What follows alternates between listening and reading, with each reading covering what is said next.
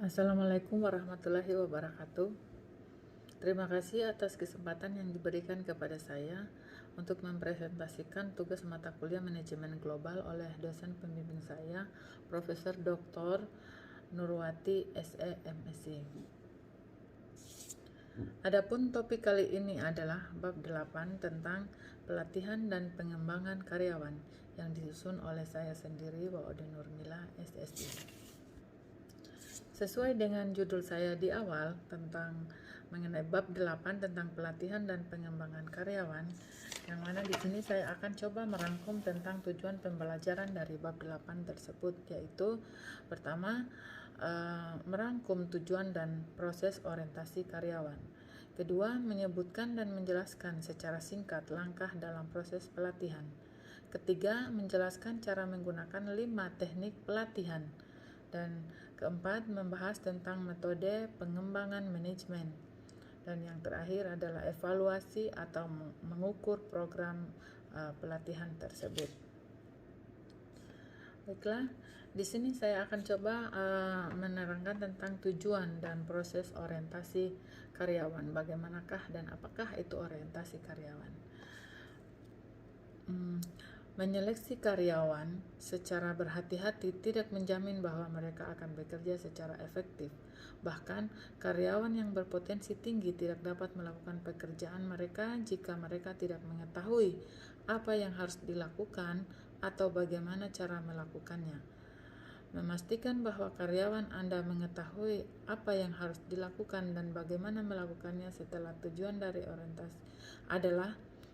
dari orientasi dan pelatihan tersebut. Oleh karena itu, setiap organisasi harus mengetahui cara melakukan orientasi dan melatih karyawan.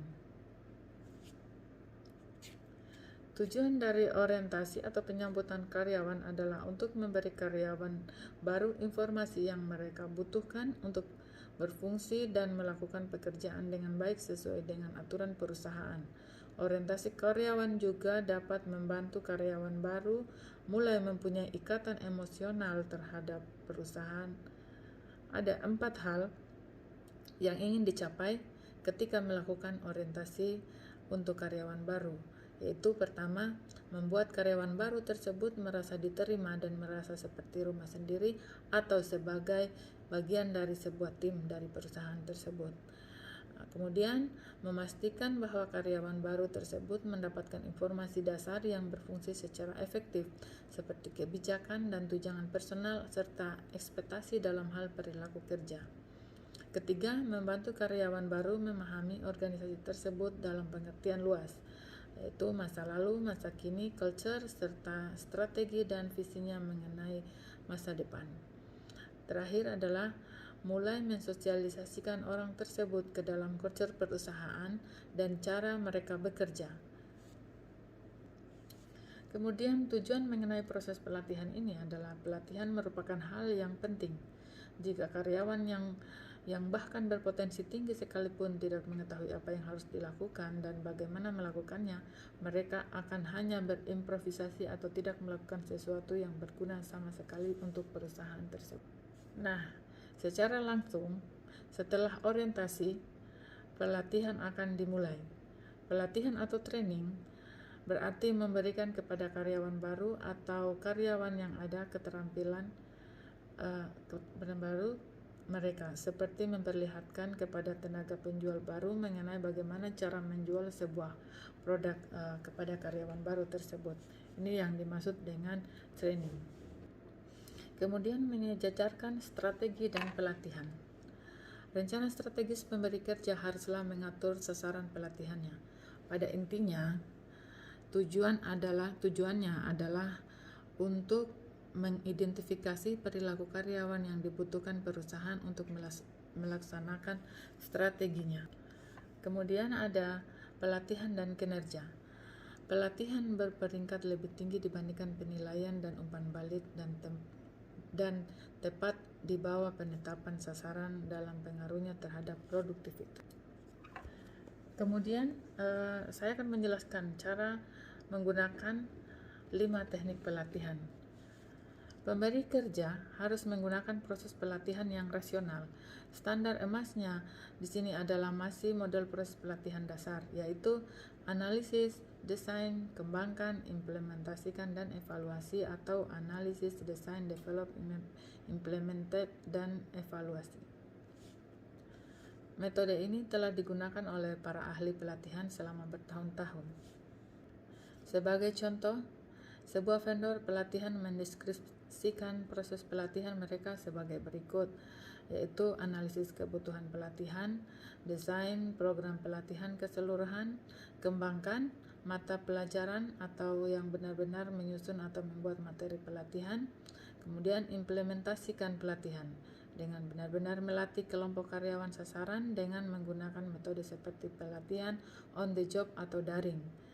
Terakhir, evaluasi efektivitas mata pelajaran tersebut atau evaluasi efektivitas penyerapan karyawan terhadap pelajaran-pelajaran yang diberikan pada saat pelatihan atau training. Dari 5 teknik pelatihan ini ada melakukan analisis kebutuhan pelatihan. Analisis kebutuhan pelatihan dapat menangani kebutuhan pelatihan strategis atau jangka panjang pemberi kerja dan atau kebutuhan pelatihan saat ini, yaitu ada kebutuhan analisis kebutuhan pelatihan strategis, analisis kebutuhan pelatihan saat ini, analisis tugas, menganalisis kebutuhan pelatihan karyawan baru, khususnya pada pekerja tingkat rendah. Kebiasaannya adalah untuk memperkerjakan personal yang tidak berkenalan dan melatih mereka. Demikian untuk cara menggunakan teknik-teknik pelatihan. Kemudian kita membahas tentang metode pengembangan manajemen. Metode pengembangan manajemen atau mengembangkan program adalah berarti benar-benar merakit isi dan materi pelatihan dari program tersebut. Ini berarti memilih isi aktual yang akan diberikan oleh program tersebut serta mendesain atau memilih metode instruksional spesifik seperti kuliah, kasus, berbasis situs, dan lain sebagainya. Di sini untuk pengembangan program itu dilakukan pelatihan melalui on the job. Ada 2 pelatihan, yaitu jenis-jenis pelatihan, yaitu on the job dan off the job. Pelatihan on the job atau on the job training berarti meminta seseorang mempelajari suatu pekerjaan dengan benar-benar melakukannya atau mempraktekannya. Setiap karyawan dari pegawai ruang surat hingga CEO harus mendapatkan pelatihan on the job ketika ia bergabung dengan sebuah perusahaan. Jenis-jenis pelatihan on the job, yaitu beberapa pelatihan on the job. Yang paling dikenal adalah coaching atau metode pemain pengganti. Di sini seorang pekerja yang berpengalaman atau yang penyelia dari peserta pelatihan melatih karyawan tersebut atau mentransfer ilmu yang dimilikinya. Kemudian ada pelatihan magang. Pelatihan magang adalah proses orang menjadi pekerja terampil, biasanya melalui kombinasi pembelajaran formal dan pelatihan on the job jangka panjang. Kemudian ada pelatihan instruksi pekerjaan. Banyak pekerjaan atau bagian dari pekerjaan terdiri atas urutan langkah yang paling baik dipelajari langkah demi langkah. Pelatihan langkah demi langkah ini disebut pelatihan instruksi pekerjaan atau job instruction training. Ketiga, pelatihan berbasis audiovisual. Meskipun telah semakin tergantikan oleh metode berbasis situs, teknik pelatihan berbasis audiovisual seperti DVD, film, PowerPoint, dan Auditype masih populer. Tujuannya untuk mensimulasikan permasalahan dan reaksi terhadap beragam keluhan pelanggan. Kemudian terakhir ada pelatihan ruang depan. Dengan pelatihan ruang depan, peserta pelatihan belajar dengan perlengkapan aktual atau simulasi tetapi dilatih off the job. Mungkin di sebuah ruangan terpisah atau di ruang depan. Nah, kemudian di sini ada tentang pembahasan metode pengembangan manajemen. Strategi dan pengembangan manajemen. Pengembangan manajemen itu apa sih? Pengembangan manajemen itu adalah segala usaha yang dilakukan untuk mengembangkan kemampuan manajer atau karyawan dengan cara menambahkan pengetahuan atau skill, lalu mengubah sikap dan menambah keterampilan karyawan tersebut. Seperti halnya perencanaan suksesi, program pengembangan manajemen harus berakar dari strategi pemberi kerja dan rencana personal.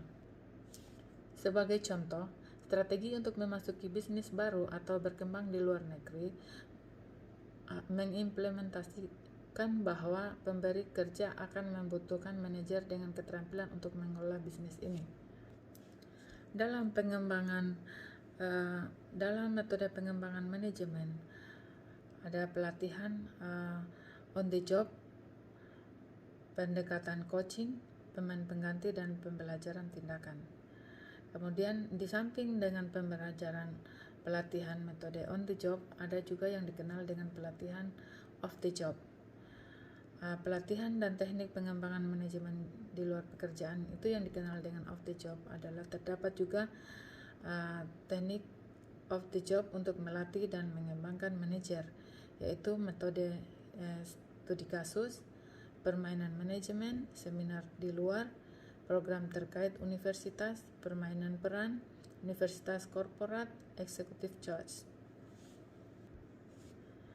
Dari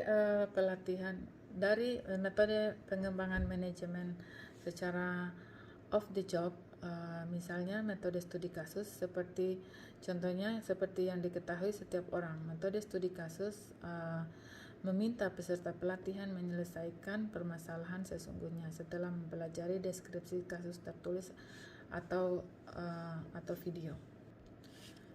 Metode lain adalah permainan manajemen, di mana permainan manajemen atau manajemen games terkomputerisasi memungkinkan peserta pelatihan untuk belajar mengambil keputusan realistis dalam situasi simulasi. Cara ini dapat meningkatkan keterampilan komunikasi peserta pelatihan manajemen, membantu mereka untuk mengelola aliran informasi antar individu dan tim secara lebih baik, dan meningkatkan keterampilan perencanaan dan pemecahan masalah. Metode lain adalah seminar di luar. Banyak perusahaan dan universitas menawarkan seminar dan konferensi pengembangan manajemen berbasis situs dan kelas tradisional. Pemilihan program pelatihan 1 hingga 3 hari yang ditawarkan oleh American Management Association mengilustrasikan apa yang tersedia. Kemudian terakhir ada executive coach. Banyak perusahaan mempunyai executive coach untuk membantu mengembangkan efektivitas manajer puncak mereka. Seorang executive coach adalah seorang konsultan dari luar yang menanyai atasan, rekan sebaya, bawahan, dan terkadang keluarga dari eksekutif tersebut untuk mengidentifikasi kekuatan dan kelemahan si eksekutif dan untuk memberi nasihat eksekutif sehingga ia dapat memanfaatkan kekuatan-kekuatan tersebut dan mengatasi kelemahan-kelemahan. Jadi itulah tadi pembahasan tentang orientasi tentang pelatihan dan pengembangan karyawan yang meliputi tentang orientasi. Kita membahas tentang pelatihan, pengembangan manajemen, dan langkah-langkah serta metode-metode yang dilakukan untuk mengembangkan satu manajemen. Terakhir yang dibutuhkan adalah evaluasi atau mengukur program pelatihan tersebut. Pengaruh pelatihan yang harus diukur manajer dapat mengukur 4 kategori dasar hasil atau pengaruh pelatihan. Pertama, reaksi. Evaluasilah reaksi peserta pelatihan terhadap program tersebut. Apakah mereka menyukai program tersebut? Apakah menurut mereka program tersebut berguna? Atau dan lain sebagainya. Kemudian, pembelajaran. Ujilah peserta pelatihan untuk menentukan apakah mereka mempelajari prinsip, keterampilan, dan fakta yang seharusnya mereka pelajari pada saat pelatihan ataupun pengembangan manajemen tersebut. Ketiga, perilaku. Tanyakanlah apakah perilaku on the job peserta pelatihan berubah karena program pelatihan tersebut. Sebagai contoh, apakah karyawan di departemen keluhan toko tersebut lebih sopan terhadap pelanggan yang tidak puas atau seperti apa, seperti itu contohnya. Dan yang paling terakhir adalah hasil. Yang paling penting tanyakan, apakah hasil yang kita capai dalam hal tujuan pelatihan yang telah ditetapkan sebelumnya? Sebagai contoh, apakah jumlah keluhan pelanggan berkurang? Reaksi, pembelajaran, dan perilaku adalah penting. Namun jika program pelatihan tersebut tidak memberikan hasil apapun terkait kinerja yang dapat diukur, mungkin pelatihan tersebut belum mencapai sasarannya. Demikianlah presentasi yang saya berikan pada kesempatan ini. Lebih dan kurangnya mohon dimaafkan. Wabillahi taufik wal hidayah. Wassalamualaikum warahmatullahi wabarakatuh.